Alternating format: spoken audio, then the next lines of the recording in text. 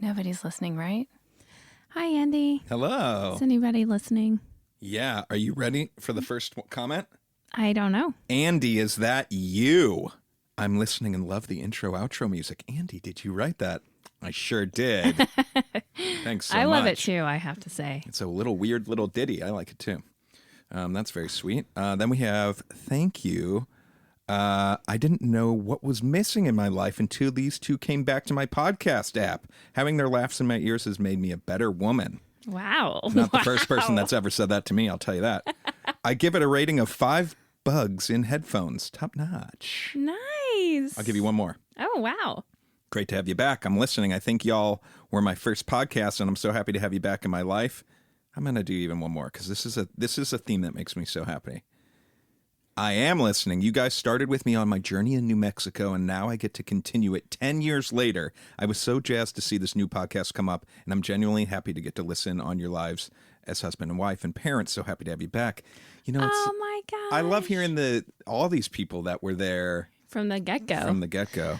You know, it's funny, when I was back in St. Louis, first of all, like, a shocking amount, two people. That's shocking. Told me that they listened. Ed Dowd, who, like, I totally had a crush on when I was little. Oh, Cutie. so handsome. Still handsome. He's holding up good? Oh, yeah. Nice. So we sometimes role play and I pretend I'm Ed Dowd. If you're listening, Ed.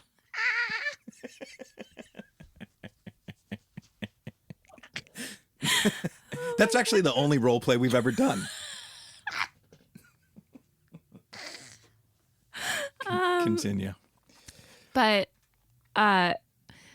you know, my childhood best friend's dad, who is like a father figure to me, and his I think I talked about this last time, like his opinion means a lot to me. And I feel like we had to break through this visit because I was I think I was aware that he wasn't really clear on what like we were doing. And, Sure. you know, I do flash back to our wedding when you had produced a song called Eat, Pray, Fuck. Oh, yeah. And like... You like played it for him? I did. God, that's so embarrassing. So like I can understand why he had some concerns about... Whatever, old people just don't get it. No, don't be rude about this wonderful man. I'm not being rude about this you wonderful just said man old at all. people. I'm saying old people don't get the like wave that we were on 10 years ago. That's all I'm saying. I'm not singling him out. I'm singling out like A everybody generation. that didn't get the wave we were on. But, you know, it was right around that time that we started the podcast. And I remember telling him specifically about we're doing this podcast and him being like, no one knew what a podcast was, so we can't hold this, you know. Yeah. But I think now, you know, now he listens to podcasts and knows what podcasts are. And so in hindsight, it's like, oh, yeah, we were one of the very first. And now, you know, he texted me that he was watching A Million Little Things and saw my name splash across the screen is what he said. Nice. Very nice. So just to be clear, I don't think anything about podcasting has come into his mind that like, oh, she's doing okay. If that makes sense. no, but I think in retrospect, it would be like someone being like, I'm like, I don't know. I mean, that's the only example I can think of. But anyway, I think so. It is very heartwarming that people who were with us from the beginning, were on the forefront of podcasts, now have millions of options to listen to, are sticking with us. That's very nice. That's very cool. I had something else I was going to say. Oh, a couple of announcements. Yeah. One is that for those of you all, those nobodies who are, should we call them nobodies or somebodies? I don't know. I almost feel like because we always call them lame wads, like there's something fun and cheeky about ribbing listeners. I love a good rib. Okay, so let's call them nobodies. Sorry. That they, if any nobodies are in Los Angeles, on Tuesday, May 31st, I am doing a show with Mary Elizabeth Ellis, wonderful actress and friend and funny lady. You might know her from It's Always Sunny in Philadelphia, from what was the movie she was just in this year that was like such a hot, with the girl from Haim. She was so good in it. Oh, spaghetti pizza, something like that. It's a Paul Thomas Anderson jam. God, I'm a really good You know what? friend. Everyone knows exactly the movie I'm talking about, though. Spaghetti. It is something like Spaghetti pizza. It's not spaghetti pizza, but That movie by Paul Thomas Anderson. yes. And she was so great in it. Anyway, Santa Clarita Diet, the list goes on and on. So she and I will be doing a storytelling show called That Phase at the Dynasty Typewriter Theater in LA, which is like the cool comedy theater. And podcast listeners might know this, that Vanessa Ragland, my co-host from Totally Mommy, it's her theater that she co-runs and owns and does it all. And we are also going to be donating proceeds to Eunices Hernandez, who is running for City Council #1 in LA. And we are very excited about her getting elected because she will be unseating Gil, someone who is not a good politician and doesn't serve the people. And even bigger than just that district, which is a very large district, is that he is in charge of the housing committee in LA. And unseating him will take him off of that, which is incredibly important. As anyone who lives here knows, there is a crisis of housing, and the unhoused population continues to grow. And they need homes and services. And so Eunices is going to work hard to help alleviate that burden. Can I ask you a question? Yeah. I don't know if you're going to want to go down this road, but you might be able Oh, to wait. educate Before me. you do, let me Sure. just say, tickets can be bought on the link in my Instagram, which is at Elizabeth Lame. It's 7:30 Tuesday, May 31st. We have amazing guests. Eunices is going to be there. Chelsea Devantes, Yasser Lester, Cameron Esposito, and Sweet. we have more people to come, and we're really excited. That's awesome. Okay, go ahead. Okay. Unhoused versus homeless. Yes. There's like, homeless is not the preferred term anymore. Is that correct? Correct. Now, let me ask you this. I'm curious if you know the answer. I haven't thought about this. I've heard the term unhoused, right? It is such a similar word, unhoused, homeless. What is the difference? And do you know what the origins of the change? You know who would know more about this is Michelle Leibel. She does a lot in terms of volunteering to her time and energy for this problem. But I think it was a sea change. But I think homeless implies that someone did something to deserve not having a home. And also there's such a stigma against homeless people. Yeah. You know, they're considered less than and dirty, and it's like dehumanizing. Yeah. And also, actually, it's funny because I just saw someone tweet about like a homeless. That's what they called them. It's almost like a gay, or instead of it being an adjective, or you know what I mean? Yeah. It's Yeah. something about an unhoused person, I think, speaks to the greater problem that this burden was foisted upon them because we all deserve housing. We all deserve, I think the idea is we all deserve basic humanity, regardless of our circumstances, a roof over our heads, food, clean water, and medical care. And unhoused, I think it's a subtle difference, but speaks to the problem. And also, I think it's just a shift away from this very stigmatized, like, ew, homeless, versus... Yeah, it's almost kind of, I'm fascinated with language in general like this, that like probably the term homeless originally might have been much more similar to unhoused, but it's over time has gotten all of these what's the words attached to it, like all this meaning Negative attached to it. connotations. Yeah, and connotations. Yeah, and I wanted to say this. This just brings me to something. So we are going to be in the next like month moving all of our back episodes onto Patreon, which I'm very excited about, and it's going to be very reasonable for people who want to listen to our past episodes.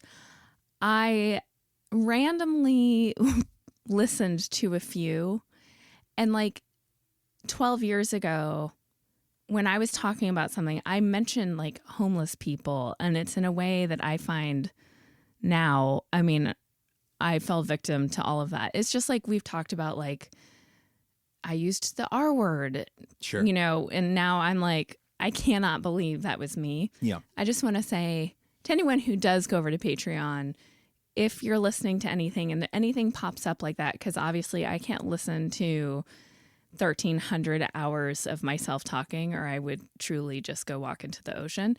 If anything pops up like that, if you would timestamp it and let me know, I would love to edit those moments out, or at least give them a caveat or something like that. But yeah, the unhoused is, I think, the way to go now. Yeah, I'm all for it. It was just it's of those like kind of new terms. It's just interesting how close it is to the other term. Well, it's funny, when I was in St. Louis, like my parents' friends were talking about something, and the guy was like, the older man was like, when was it that we couldn't say actress anymore? And I was like, oh, I mean, I think I probably just said actress when I was talking about Mary Elizabeth. Yeah, no, some people do not like that word. Yeah. I guess I know that, but maybe I've circled so far past it that now I'm back with it. Maybe, but I think that also, that might be an example of a word that had, I mean, talk about a small community that it affects, that was like a moment in its time. You would know better than me. I don't know. Well, I feel like it is interesting, because I feel like that's a word that maybe 5 years ago I would like make a mental note to call my friends actors across the board. And now I've relaxed that stance, whether that's right or wrong. Yeah. I think I mean, it's very true still. Like in Hollywood, if you're making a film, there are these like 5 big male names that if you get, you're golden. Bradley Cooper. One of them just slapped someone on the Oscar, so I don't know if he's still golden, but you know. I hope he gets taken down a peg or two. Yeah. But for women, you know, it's notorious. We actors especially get paid less, female actors. See, here I go. Now I'm like back to actor. But is it weird that I like actress better? Well, there's something kind of like about taking it back, like taking back the power of the word. I'm just like, I'm having a little bit of a thing for myself, because obviously this is a word I use pretty frequently in my line of work. And at one point, I definitely made an effort to not say actress, but now I do. And it would be interesting. I think I want to ask my friends who are female actors, like how they feel about what word is used and why. Yeah.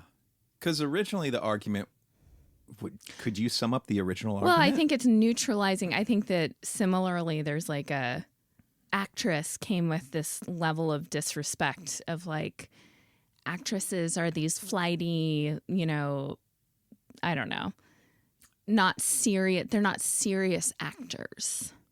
Interesting.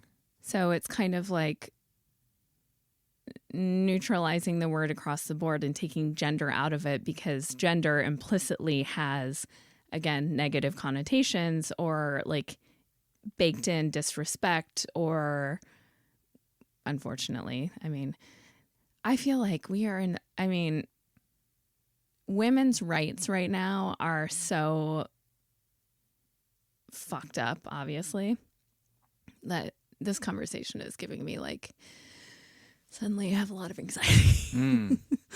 I had a thought. I think I might have lost it. I don't know. I even was thinking about, I don't want to go into it actually. Let's move on. You know what I wanted to talk about? movie stars. Oh, I have one thing to talk about. Can you table yours for 1 second? Of course. Just because we're near this.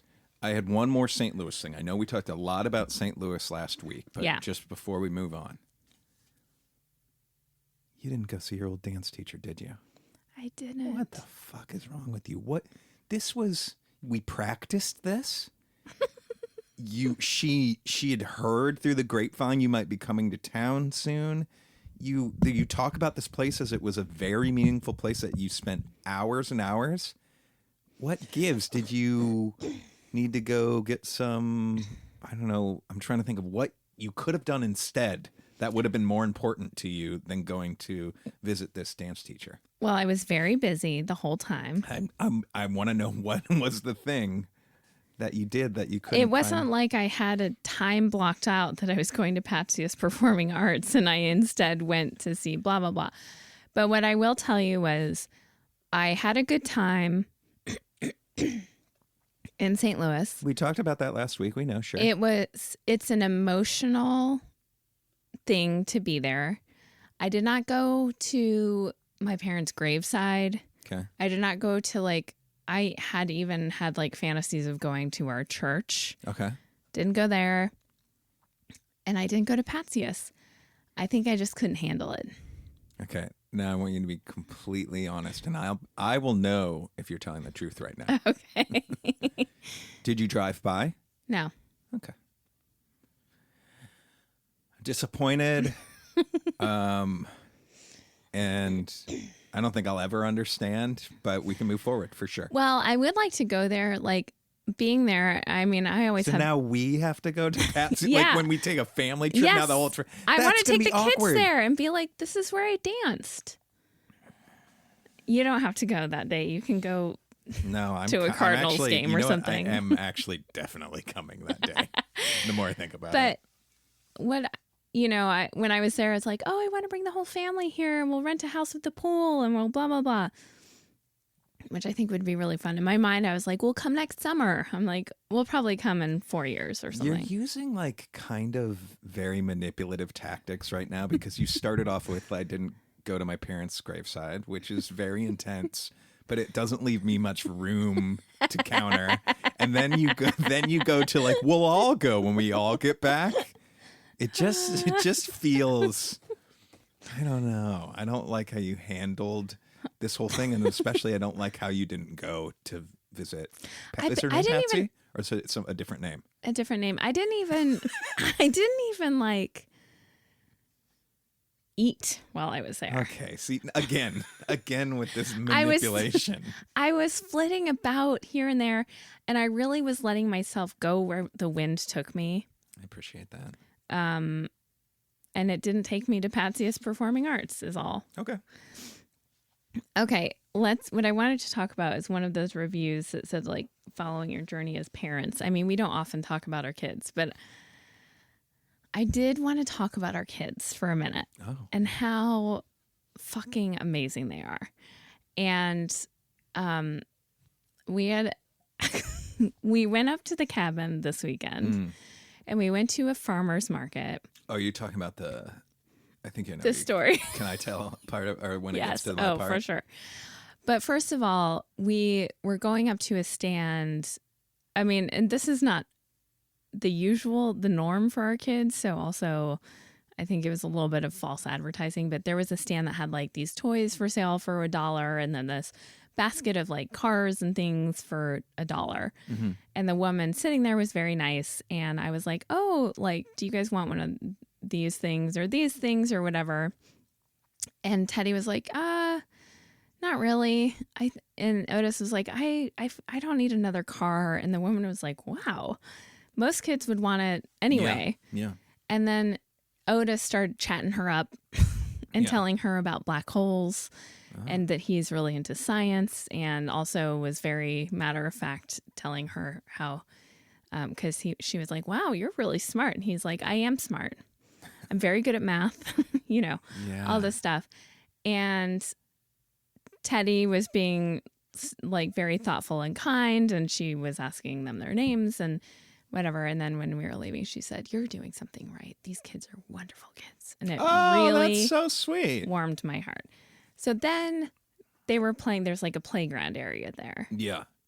Yeah, it's like a big playground area.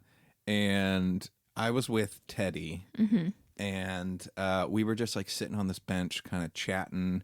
And Otis was in this huge play structure, jungle gym, slide, the whole shebang. And he was up top with like 5 other kids. And it was like a very tall one, higher than normal. And all of a sudden, we hear this mother going, "No!" And she's over in the farmer's market area. Yeah, by like the booths and stuff. And she's like, "No, Tyler, no!" I don't know if that was kid's name, but something like that. And Teddy like kind of nudges me and it's like, "Dad." And we see this mom like running. And we're like, "What is happening? Like, is everybody okay?" And under the play structure, like where Otis and all the other kids are up high, below that, underneath, there's just a kid taking a leak. And the mom... How old is this kid? Way too old to be doing this. Oh, really? Yeah, I so- imagined like a 3-year-old. No. We're talking 6 or 7. So this is like... Ooh. Yeah. So this is... The mom has like... No. And so, but it's a funny sight because you see this mom running and it's like, you can't do that here. And then just kind of like scurries off with him. And Teddy and I are kind of stunned and like kind of think it's kind of funny. Yeah. Otis has no idea, nor do the other kids that are literally They're right just up, playing on right top of above this him. whole Yeah. scene. They didn't have any idea. So then later that night, when we're all falling asleep in the cabin, Yeah. you and Teddy were reliving that. And Otis was like, "What? That didn't happen." And you were like, "No, it did, but you didn't realize it because you were right on top of him." Yeah. And Otis seemed a little like unsettled Yes. about it. And then how did you check in with him? Were you like, "I don't even know"? I think we were just like still talking about it, and you want to say what he said? Yeah. Well, he seemed really unsettled about it. And you were like, "It's okay. It was just happening in a way that you didn't see it." And he goes, No. It's just that I feel like I missed out on a big part of my life." Yes. Which really made me laugh. Yeah. He's Very funny. a very funny kid. But yeah, that was great. That was pretty funny. I still don't understand how the mom knew. Like, she must have a spidey sense of this. Well, she must have seen it. Yeah. But I guess I hadn't seen what led up to it before. But she came out of nowhere. I feel like this is indicative of the pandemic. I feel like kids doing things like this, all of our kids have lived this like weird alterno life for 2 years. Yeah. Where I'm sure that kid's just been out in the yard peeing wherever he wants to pee, Yeah. and no one's, what are you going to do? We're all in survival mode, and like, who the fuck cares? Sure. And now all these kids are back together in real life, and they're all weirdos. Like, they all have these weirdo things that they do or say or whatever. And I mean, it's kind of delightful in a weird way, but hopefully that kid knows that he can't just take a piss wherever he wants now. It's really funny. Where is it in France? Do guys just piss wherever they want? No. God. No? What? Someone reach out to me on... I feel like there is a city that is a surprising city where it's very common for people to pee in public. I think you sound so dumb right now. I'm here to... I mean, is it Silver Lake? Because we've talked about like driving up and a man, squatting to take a dump on the curb. No. I'm talking like built into the culture. It is... No. Okay. Hey, someone please hit me if I'm right or terribly, terribly wrong. Well, I'm worried that what this is you were talking to someone who is like, I was in blah, blah, blah. And like, people just pee anywhere there. Where like, it could just as easily be someone talking about New York City. And you now you have computed this to mean that men are just walking around being wherever they want. I'm not And let's not computing bring it. the whole country of France into this. I'm saying there is a country or a city that is, it is surprising the size and sophistication where public urinating is tolerated to a much higher degree than it would be here.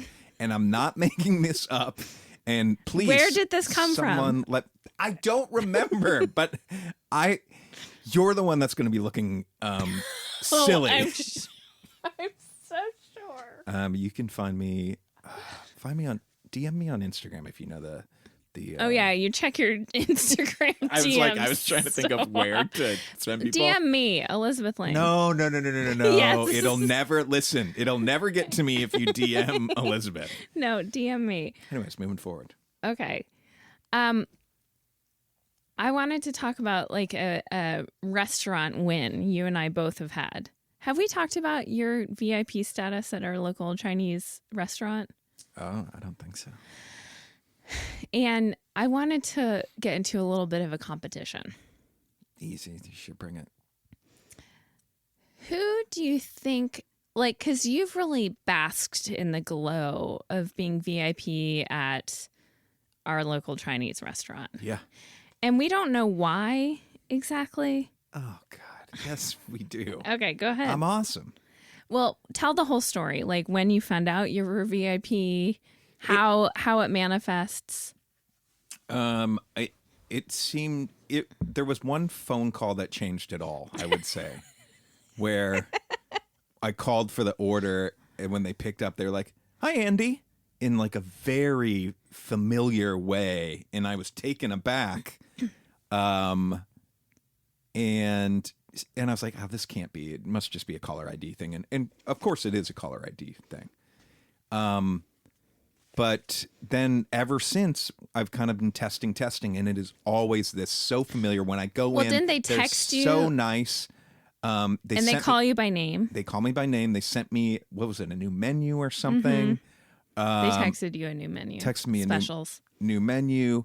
And it's always familiar. And then we had, I believe you called once. Didn't we do a test and you did not get the same treatment? Maybe. That's what we need to do. But why do you think that you got on the VIP list there? I think maybe originally I might have entered that list at the beginning of the pandemic because I was a good tipper. I think that might be a part of it. You are a good tipper. Yeah. And then I just kind of solidified it by being continually awesome. And like very genuinely friendly and interested. There's a new baby over there. What do you mean? They had someone there had a baby. I take an interest in the baby. How old's the baby? Yeah, the baby's there. So what's so funny? It's just you sound like an asshole. You're laughing because I'm taking a genuine interest in an establishment in our neighborhood. I got thrown off with the baby. Yeah, there is a baby. It makes it on premises. On the premises. That is very funny. Now, there's one person there who's not usually that friendly. Yes.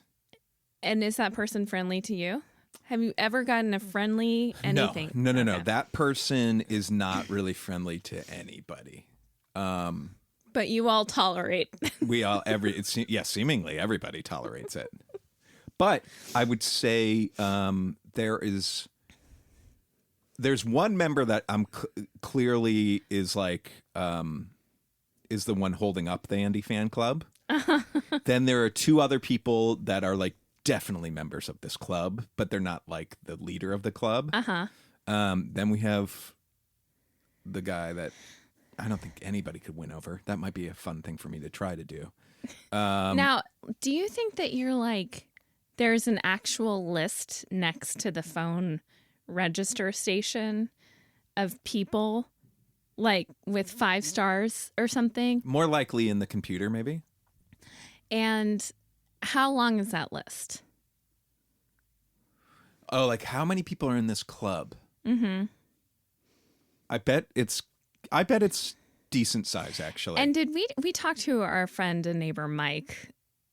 That's what it was. They didn't. Yeah, I think they don't get that kind of reception. Do they phone not? call. Okay. Yeah, Okay. we've had confirmation that like what I get is special, and I've like Shout out Mike and Shannon. I've recorded it and shown people, and they're like, "Oh wow!" Like Do you have the recording? not on me right now, but next time I do it, I'll keep it handy. Like I have so many voice notes from music ideas, I would never be able to find it. Okay.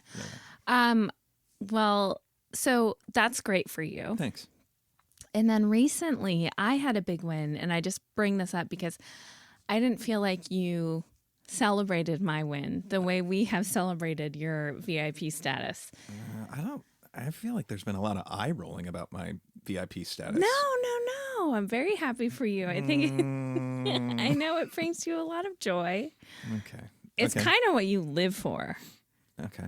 Like, this is all you crave, is being like in a small town of a big city where everyone knows you, and you walk in, it's like, hey, and isn't that right? No, that's kind of my nightmare. Oh, But you touch on something interesting. That maybe it's like a very specific flavor where it's like very low stakes of. I think it's just like it's comfortable. I can go to this place and I know they're going to take care of me. God, the smugness. What was your win? You don't even know what it was? I no. Give me a hint. This is horrible. This is upsetting. It was recently? such a huge win, and it's very upsetting. Listen, you know my memory. I don't like you'll tell me. Okay. Oh yeah. Okay. So when I was pregnant with both of our children, Oh yes. there was one place where when we lived in Silver Lake, I went like literally every other day. Yeah. Because all I wanted to eat when I was pregnant was chilaquiles. Yeah. And Millie's has the best chilaquiles in all of Los Angeles, dare I say, all of the United States. Yeah. And although they've made it like a little less spicy, which is probably just to appeal to Where would the spice originate in the dish? in the sauce. Oh, so it's not like It's not, it used to be a little bit better, but whatever. Anyway, and so I went there every other day, all through Teddy pregnancy, Otis pregnancy, going there with little baby Teddy, Yep. going there with two little baby Teddy's Otises. I mean, some of my favorite pictures of our kids actually are from Millie's. Oh, that's fun. And then we moved away. Yeah. Didn't go to that Millie's. Well, Millie's opened a new spot closer to our new house. Yeah. And so we went there, and it's like some familiar faces in the staff, but some Yeah, there was not. like one guy. But there's one guy who kind of like ran the ship in Silver Lake.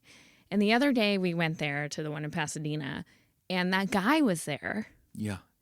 And we sit down, and he comes over. He goes, hey. And now we have, a 6 and 8 year old sitting there. Yeah. He goes, chilaquiles, scrambled eggs. Yeah. And I just about died of happiness. I loved it too, and I'll give it to you. That was a big win. Thank you. I think one thing that you're not factoring into this story, he wasn't the guy that like kind of ran the ship at the old location. I think he eventually got there. I genuinely think we were patrons on like his first day working at that other location. Oh, wow. I can clearly remember him early He's days very friendly. getting his sea legs at that job. So Yeah. like I think that might factor in too why he remembers. He was like, you were there from day one when he got that the other job. guy who kind of runs the ship, I think also, who's taller, you know what I'm talking about? Yeah. He, I think, also knows me, but could give a shit. But here's the thing. I think you might sometimes conflate with another guy. I almost wonder if they're brothers. I know what you're saying. Yes. Yeah. Because the guy that we see at the new location, we would see less frequently at the other location. Yeah. Anyway, okay. Wow, this is compelling. But I could talk about this all day. Podcasting. Anyway, shout out Millie's if you're in Los Angeles. It's a great breakfast place. It really is. And also, I have so much respect for the consistency they have between locations. Yes. I don't understand it because it's just breakfast food, right? There's something special. But there's something about it, and to have it consistent at both places, it's wild. How do people do that? I don't know. I mean, I guess when you're talking about like you did Tea Bash the other night on Twitch. Yep. And you did Kool-Aid Tea Bash. Yeah. And like Kool-Aid that's made in a factory can't even keep it consistent. Like all the Kool-Aids that are supposed to be the same flavor taste completely different. Yeah. And you eat so much cookie dough ice cream. Oh, I want to talk about this. Please. I recently had a dance with this, yes.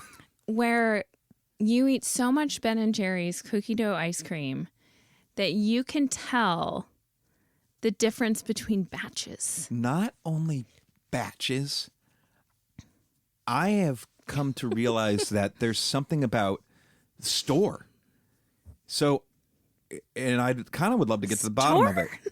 If I get cookie dough ice cream at Target, it tastes different than when I get it at Vons, and it tastes different than when I get it at CVS. I will say, I think the CVS... Who's buying CVS cookie dough? So we live... I've been in a situation where Vons hasn't had the cookie dough. Uh-huh. And sometimes I'll go to CVS to get it because I want it so now, bad. do you think that has to do with like storage? Yes, I'm very curious. But also the thing that I've noticed is sometimes the Target one and the CVS one, it's almost like the chocolate seems more bitter. Like it has a different chocolate vibe. Do you prefer Vons? Yeah, like I love Vons is my favorite. I love Vons Ben & Jerry's cookie dough ice cream. But like, is it coming from a different plant? Is it coming? I'm going to get in the weeds on this probably because I'm sure I can figure it out. Please keep us updated. But also, like, I've definitely noticed the difference between batches of Pringles. Oh, me too. Sure. Yeah. Pringles is all over the place. So quality control. Shout out Millie's for keeping it consistent. Okay, what I wanted to talk to you about your ice cream. Yeah. So last night we watched episode 1 of The Staircase, which is on HBO. HBO Max, yep. Max. And this is the this is the TV dramatic version of the docu-series from like 15 years ago now. Yeah. And if you haven't watched The Staircase from 15 years ago, it's more than that. It's like, oh yeah, you're right. Yeah. It's I mean it was kind of the thing that paved the way for my obsession with like true crime documentaries. Oh, I think it it's like one of the most important moments in the genre for sure. Yes. Yeah. Thank you. But what was so fascinating, I mean, I'll give the overview. It's about this novelist in Durham, North Carolina. Mike, what's his name? Michael Peterson, who what is so crazy about the documentary is that the documentary crew must have been there, like, to talk to him about his books being turned into movies or something like that, because they are there from the very first moment. We're going to find that out now in this which new is series. So fascinating. But basically, this author, Michael Peterson, his wife dies at the bottom of the stairs in their house. He was with her that evening, and it becomes a crime investigation where they charge him with murder. But the docuseries is so fascinating because you see how both sides are spinning stories, and then all of this information comes to light, which it's really fascinating. It's spoiler alert, I guess, if people are going to watch this, and then I'll get to what I really was bringing this up for. In the docuseries, like, through a good deal into the series, there's this huge curveball thrown, which is that Michael Peterson is What's the curveball you're going to throw? not the wife one. It's that Michael Peterson is gay or bi. Oh, okay. And has been fucking dudes or like soliciting sex, or people are soliciting him for sex. Yeah. That was woven into the first episode. Like, I almost wonder if this had happened now. I mean, I guess not in probably Durham, North Carolina. Yeah. But it's not such, like back then it was like, oh, if you're having, I mean, it's obviously not great and it still gives motive, but like the bigotry against gayness back then, I feel like that just made him, in some ways, was like, oh, well, you can't win this now. Well, yeah. He kind of states like, oh, we're screwed. Totally once screwed. That comes out. But did you think, though, that didn't come out as early in the... No, I didn't. That was later down the line? I thought it was later down the line. See, I'm not sure about that. But But anyways, there is a moment in the docuseries that's in, it's real life happening. And he has like a defense attorney who's this like big shot or whatever, where information comes out and you're watching the defense attorney watch the information being shared on the news. This is the first time he's hearing it about I don't even remember what this his moment. ex-wife. Oh, yes. Also died at the bottom of the stairs. Oh, yeah. And the defense attorney looks directly to camera and says, well, your documentary just got a whole lot more interesting. So I think that's who it was. Anyway. Yeah, I would say that the documentary, I'm guessing, has to be so much better than this new dramatic version. And I really didn't have any want to watch this version until I saw some things online that said, number one, that this new dramatic version, that the documentary crew are characters in this version. I'm like, ooh, I want to see just an interpretation of what that would have looked like. Yeah. And then there's some really interesting details about the documentary crew that people from the documentary crew have been causing a stink about, that they're like, this is not fair to us, and it like delegitimizes our documentary and stuff. So I'm like, ooh, I want to see what that's all about. Yeah, that's all interesting. It is so fascinating watching it though, and like piecing together what I remember from the docuseries, because first of all, the 911 call that you hear at the beginning of this show where he's saying she's still breathing. He says that over and over again. Yeah. I don't remember that detail because it was like, you're so early into it when you're hearing the 911 call in the docuseries that who says she's still breathing? I think what I think is weird, and I'm sure that they really copied the calls for this series. I'm assuming it's probably word for word. Mm-hmm. It almost seemed like the delivery of it, like, I feel like you would say that if you were calling 911 and you didn't know what to do. And she's bleeding a lot, maybe, or something like. Yeah, I think you would, because you would assume the 911 person would, one of the first questions they would say is like, is she breathing? Yeah, still is the word I'm fixated on. I think you don't say she's still breathing unless you have a strong sense that she's going to stop breathing. Yeah.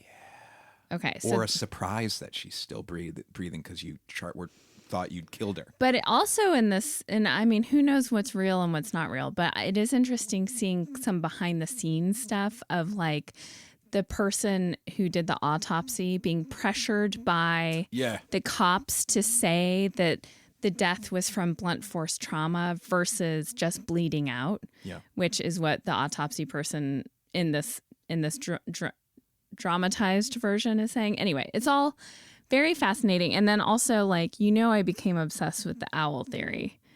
There's a whole theory that's not even addressed in the docuseries that later came out. Yeah, that they later addressed. And did they? In the fall, there's 3, remember those 3 additional episodes years later that they made? Oh, maybe. Yeah. But anyway, whatever. So it's all fascinating. I highly recommend, if someone hasn't seen it, to watch it, because I'm curious, like, if you were to watch it now, how you would feel about it. But having watched it back then, because I feel like it shaped the entire landscape of documentary filmmaking and true crime and docuseries. Yeah, I feel like it's like one of the most important. It's like every 20 years there's like a documentary that changes the game. But so the reason I bring this up, it's so stupid, is you were eating Ben & Jerry's. Was it Vons or Target? It was Vons. Vons last night as we were watching this.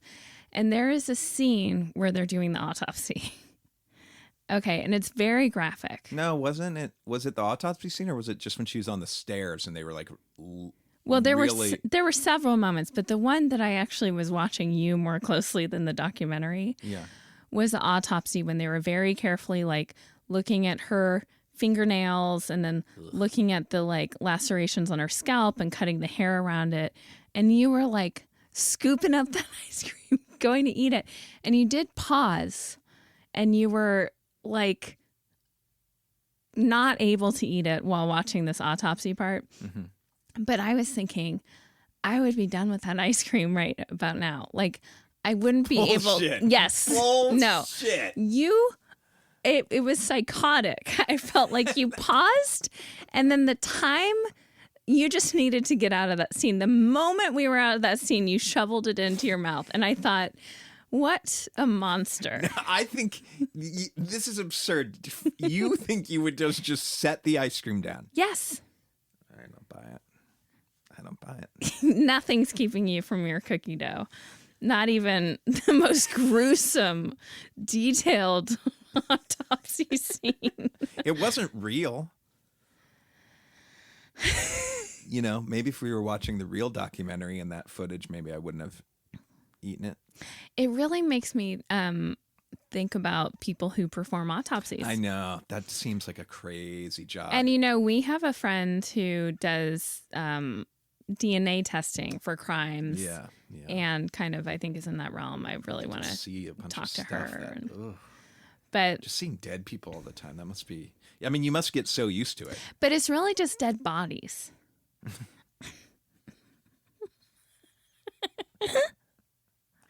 Yeah, sorry, not dead people, dead bodies. It's just the vessel. No, I know what you mean, but it's still... You're the one that sounds like the psychopath right now. We're feisty today. So, yeah, that was all I had on that. Did you notice the part where she was all bloodied? This was the hardest part for me to eat the ice cream, honestly, wasn't the autopsy. It was the part where she's lying on the stairs and it looks like she'd soiled herself. Yeah, she had. That was quite a detail. Well, yeah. That I don't think I've ever seen that detail in a show. There was one shot where the camera was wandering the house and you see like the nutcrackers lined up on the stairway. I guess this was Christmas time, like kind of wandering the house. Yeah. And then it comes up to her body there in a very detailed way, but also like very home video kind of. And I'm curious if that was actually the documentary footage. Oh, I don't know. What a weird idea of them having so much documentary footage to recreate the sets for this show. Yes. There's got to be people that are doing deep dives on this also, on the internet. Colin and, like, pictures Firth. Back and forth.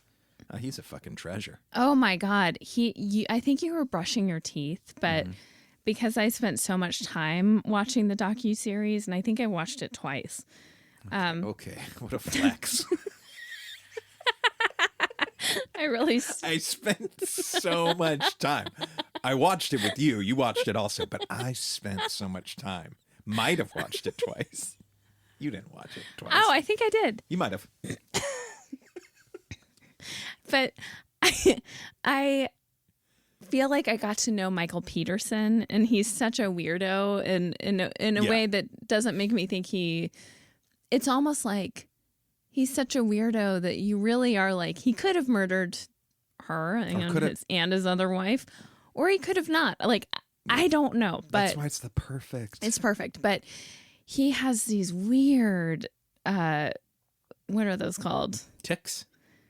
Not tics, but like... Affectations? Yeah, I guess affectations, that's not the word I'm looking for. It's just going to bother me. Quirks? Kind of, yeah. Mannerisms? Yes, mannerisms.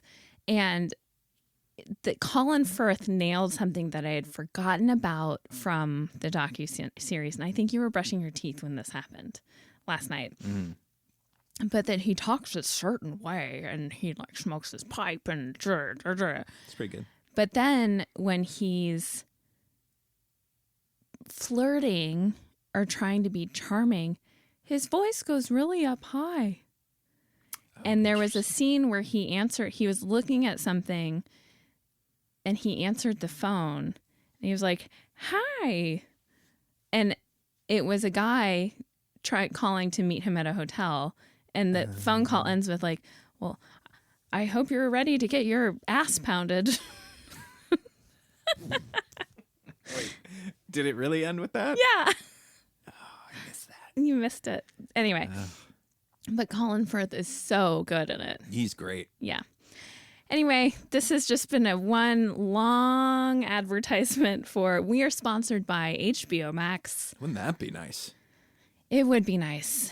Not that, doing this podcast is very lo-fi for us, obviously. And this is something I want to do for a long time. But here's my idea, is that I'm going to set up a Patreon because it our time is a little valuable.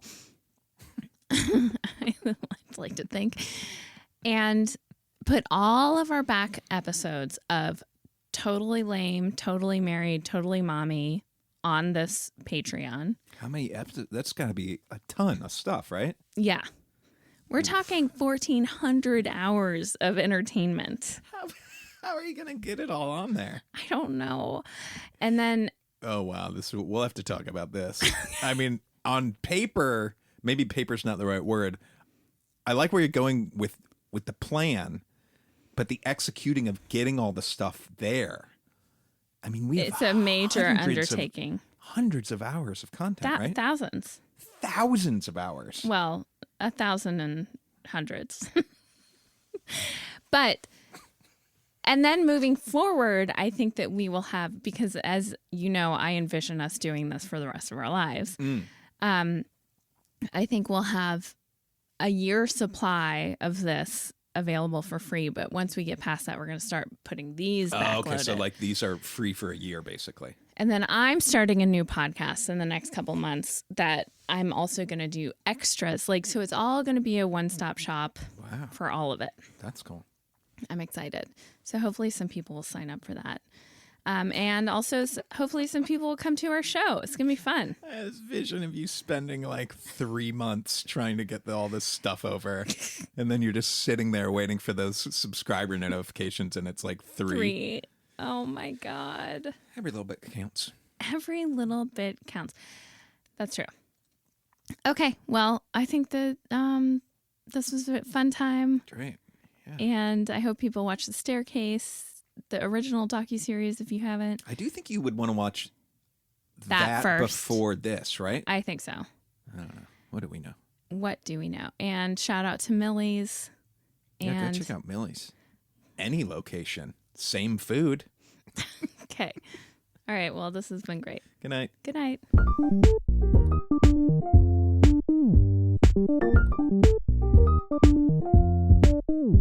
Thank you.